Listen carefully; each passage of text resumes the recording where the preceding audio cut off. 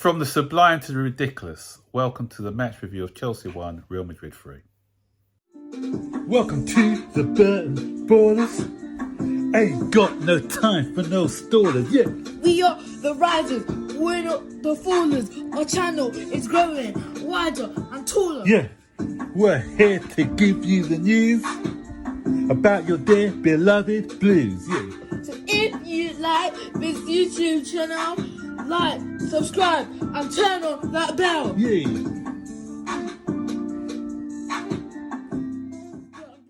So there you have it, guys. It looks like the end of the road for our Champions League defence. It's going to take a momentous game, a perfect game for us to pull this game back from the jaws of defeat. But it looks like it's curtains. I can't see us coming back the way that, especially the way that we played today. As I said, we didn't play that badly, really, to be honest. But in the first half, I thought our defending was terrible. It was shocking, especially Christensen. Christensen looks like he's already in Spain, so he may have a good game next week because he's going to be getting used to those surroundings in Spain, because his mind is in Spain at the moment. It's definitely not at Chelsea. He was terrible. Vinicius Jr. had him on toast today. I hear a lot of people saying that okay, Reece James didn't help him and he was left 1 versus 1 on a lot of occasions, but when you're playing that 3 at the back, his positioning's got to be on point. I know that he knows that Vinicius Jr. is a fast-paced guy, great movement, but many times Christensen was caught out of possession. Okay, you can't help not being as fast as your opponent, but if you position yourself in the right areas, then that can negate the attacking player. But he just didn't position himself rightly, and he got caught out time and time again by Vinicius Jr.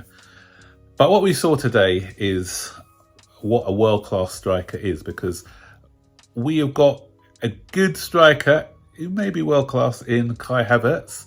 He can develop into that role as a number 9, but the guy who came on to play it up with him, and I've been a good defender of Lukaku, the difference between him and Benzema on the other team, chalk and cheese, mate, chalk and cheese. Benzema, 2 cracking headers. He had no right to score any of those headers. You know, the bullet header from, 15 yards out. The power that he put into that header, into the corner of the goal, after that great cross by Vinicius Jr. And the second header as well. He's sort of got a curling header.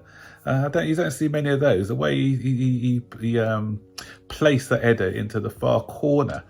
And then our guy comes on second half. He had 2 easier headers than that, especially the second one, and he doesn't even hit the target.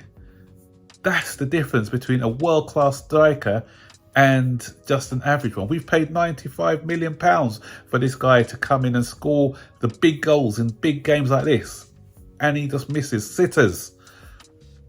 So let's go back anyway to the first half. 2-0 up. Built the confidence of Real Madrid, but then we score a header of our own, and that was a good header as well by Kai Havertz. Great cross by Jorginho, and back in the game. But what killed us, second half, Mendy, he's an accident waiting to happen with the ball at his feet. This guy needs to work at the ball at his feet. Great shot stopper, great at coming out for corners, great at commanding his area most of the time, but the ball at his feet, he's always been found wanting. But it's hardly cost us. It cost us last season. Who did we play? Was it West Ham? Was it West Ham? It cost us against when he gave away, this season actually, when he gave away that penalty. And again, he was at fault in a big game. You're punished like that. He had all the time in the world. What was he thinking of? And then the ball, he's mishit the ball. Rudiger was already on a yellow, so he couldn't really take Benzema out. And Benzema had the easiest chance to put the ball into the back of the net to make it 3-2. Our snake, the goalkeeper we had a couple of seasons ago, he was good today. I know I don't like to say this, but he was. That shot by Azpilicueta, fantastic shot by Azpilicueta, superb save in top corner. But again, didn't put our chances away. We, for the second half, especially that we had a 20-25 minute spell where we had him on the ropes, but we just couldn't put away our chances. The shot by Mason Mount was a good one, unlucky with that one. Ziyech near the end should have done better with that chance. Got to be hitting the target. Kai Havertz had a shot. He's got to be hitting that better. Too easy for Courtois to save.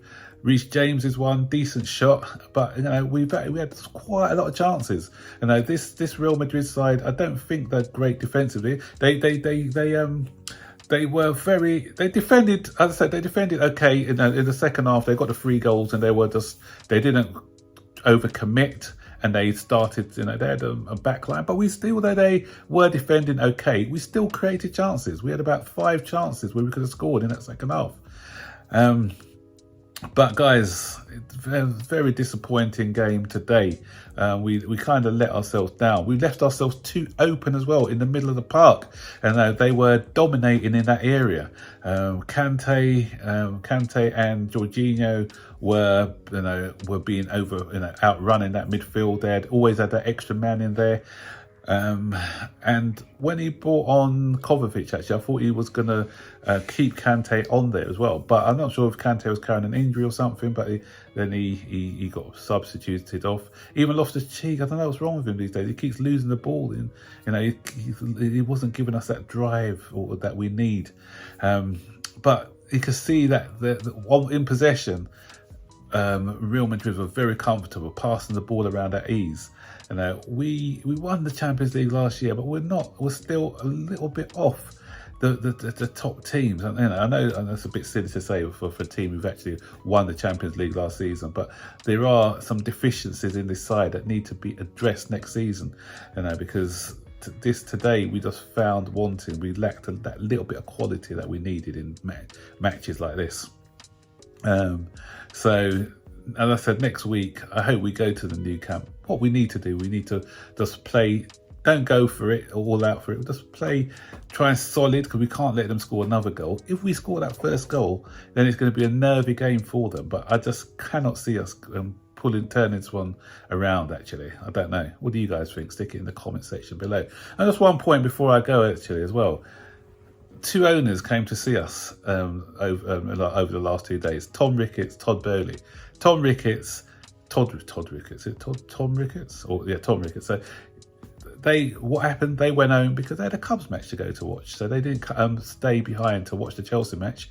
What does Bowley do? Bowley comes, turns up, and he's at the game.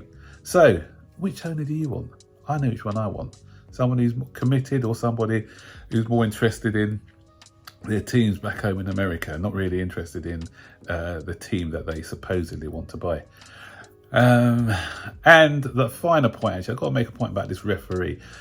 Shocking refereeing today. I'm sorry. This guy was the same referee. I don't think we've ever won a game with this referee. That was bad omens from the start. I think he was the same referee who sent off Alonso a couple of seasons ago when we got beat 3-0 by Bayern Munich. And one thing what really made my blood boil, apart from him not giving us a corner when Militao clearly headed the ball out, and not giving a free kick when Azpilicueta and Carvajal went for a 50-50 ball. Carvajal went down with his and he fell for his play acting, gave them a free kick when he could have let the play go on. But the one what got me the most was the one where was it Carvajal again or Nacho, was it? Guys got injured, but it wasn't a head injury. We were in possession on the attack. The referee blows up. You only blow up for head injuries. Don't you know the rules? Or are you just a bit of a bent, corrupt referee who doesn't like Chelsea? That's not the reason we lost, by the way. I'm not blaming the referee for our loss, but there's just incidents like that frustrate me and just brings the integrity of the game in question. So, guys, I said, not a great one today, but we'll come again. Hope we don't go with a defeat. I'm acting like a defeatist, but there's still 90 minutes of football to play. players, don't watch my video and be a defeatist. Just go out there thinking that you can get through, because, you know, stranger things have happened. We've seen it before in football. So heads up, guys, chin up. We've got a second leg to play. Let's perform a bit better and put away your chances, guys. Until then, guys, don't forget, like, subscribe, turn on all post notifications and be notified every time we make a new video. Take care. Bye-bye.